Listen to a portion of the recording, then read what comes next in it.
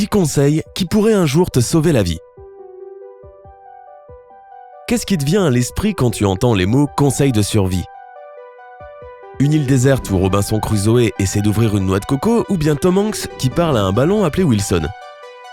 Eh bien, ils ont tous les deux eu besoin d'un esprit de survie pour rester en vie. Cependant, être seul face à la nature n'est pas la seule situation dans laquelle tu as besoin d'astuces de survie.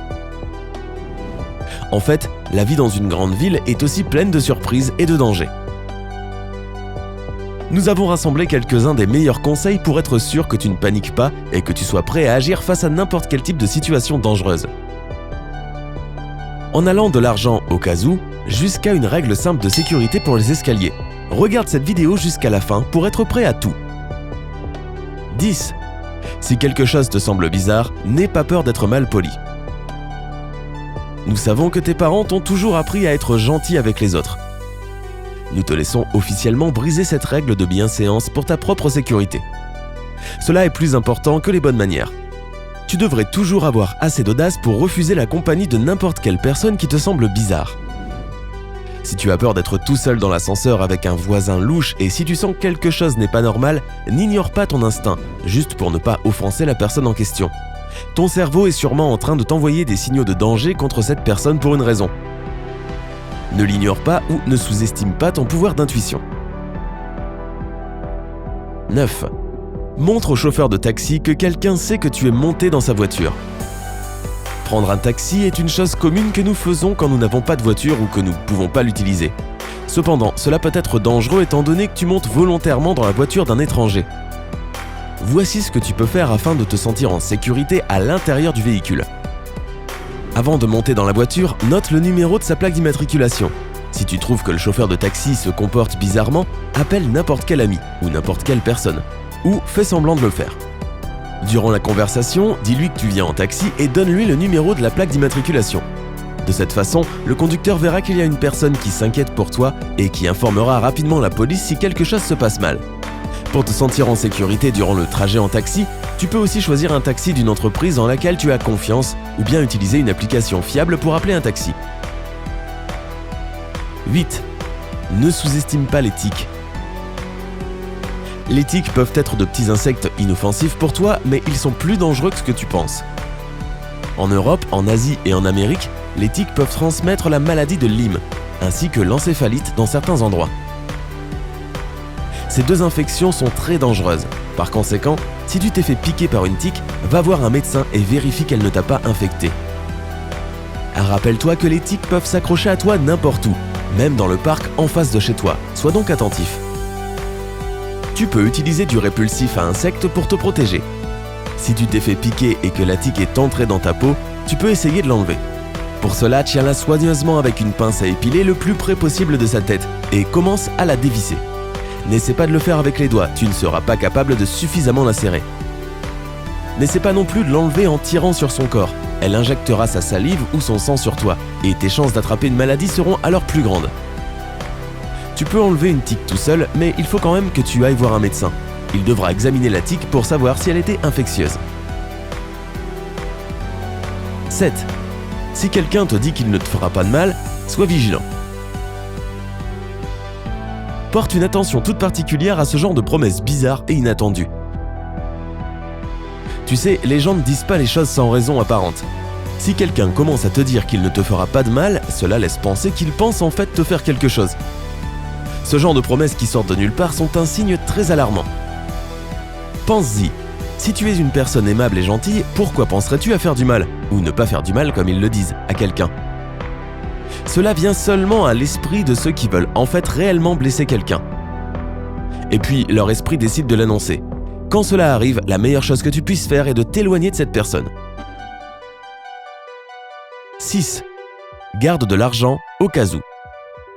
Tes parents t'ont sûrement dit qu'il était important d'avoir une réserve d'argent lorsque tu voyages. Tu ne sais jamais comment cela va se passer ou où cela va te mener. Nous allons encore plus loin et nous te recommandons de toujours garder de l'argent au cas où. C'est une excellente idée de cacher un billet dans la housse de ton portable.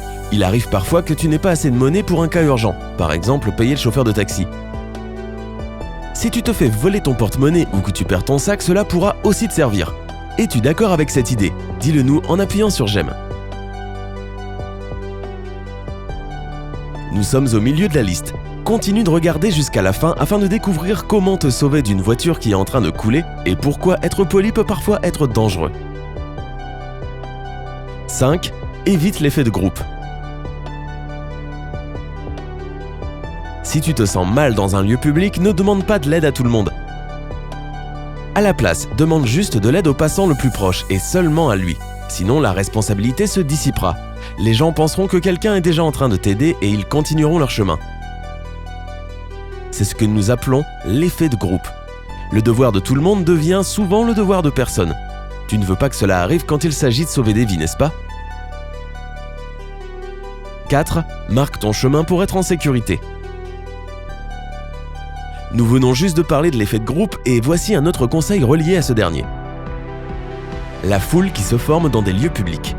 Même si tu te sens en sécurité dans un stade ou dans une salle de cinéma et que tu penses que tout se passera bien dans un centre commercial, il vaut mieux prévenir que guérir. Par conséquent, dès que tu rentres dans le bâtiment, regarde autour de toi et marque ton chemin dans ton esprit afin d'être en sécurité. Si quelque chose tourne mal, tu sauras où est l'issue de secours la plus proche. Tu seras capable d'éviter de chercher désespérément la sortie et tu peux même aider les autres en les évacuant de la zone de danger. 3. Que faire si tu ne peux pas ouvrir la fenêtre d'une voiture qui est en train de couler? Si ta voiture est en train de couler, tu dois ouvrir la fenêtre et sortir avant que le véhicule n'ait coulé. Mais que faire si pour une raison inconnue, la fenêtre ne se baisse pas? Cela peut arriver dans les cas où la carcasse de la voiture a été endommagée à la suite d'un accident. Pour ce genre de situation, tu devrais toujours avoir quelque chose de lourd dans ta voiture afin de pouvoir casser la vitre à n'importe quel moment. Un outil lourd ou un extincteur pourront te servir. Certaines personnes pensent que les appuie-têtes sont la meilleure chose que tu puisses utiliser. Elles sont faciles à enlever et leurs tiges métalliques t'aideront à briser la vitre ou le pare-brise. 2. Rappelle-toi de la règle simple de sécurité pour les escaliers. Tu dois être surpris de voir qu'il existe même des règles de sécurité pour les escaliers. Les respecter t'aidera à rester hors de danger. Après tout, les incidents dans les escaliers sont beaucoup plus fréquents que ce que tu penses. Pour être plus précis, plus d'1 million de blessures par an sont causées par des chutes dans les escaliers. Par conséquent, ne garde jamais les mains dans tes poches en montant ou en descendant les escaliers. Ainsi, si tu tombes, tes mains peuvent t'aider à te rattraper à la rambarde. Mais si la chute est inévitable, tes mains peuvent jouer un rôle important pour protéger ta tête. N'essaie pas de rejouer la chute dans les escaliers de Scarlett O'Hara dans Autant en emporte le vent. 1. Utilise correctement les clés pour l'autodéfense. On lit souvent ce conseil sur internet. Pour te protéger d'une attaque dans la rue, tu dois tenir tes clés entre tes doigts comme un poing américain. Nous savons que cela a l'air menaçant et tu as sûrement déjà essayé à la maison pour le look cool que cela te donne. Mais en fait, tu ne devrais pas faire cela dans une véritable situation dangereuse. Premièrement, tu pourrais te faire mal à la main. De plus, afin de pouvoir placer les clés de cette façon, tu auras besoin de temps que tu n'auras sûrement pas dans l'urgence. L'agresseur ne te donne pas du temps pour que tu puisses te préparer. Par conséquent, pendant que tu cherches tes clés dans ton sac, ils auront suffisamment de temps pour t'agresser. Il est beaucoup plus efficace de tenir tes clés comme si c'était un couteau ou de les garder dans ton poing. De cette façon, tu n'auras pas besoin de chercher tes clés et ce sera plus facile de te défendre. Tu vois, peu de personnes savent se servir d'un poing américain, mais tout le monde sait comment tenir et utiliser un couteau.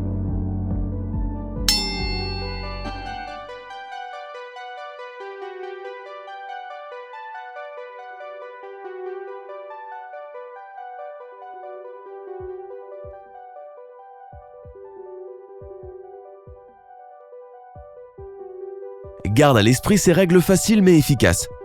Nous espérons que tu ne rencontreras jamais de problème, mais si cela arrive, tu sauras maintenant comment te débrouiller. Si tu as trouvé que ces 10 conseils étaient utiles, dis-le nous en appuyant sur j'aime.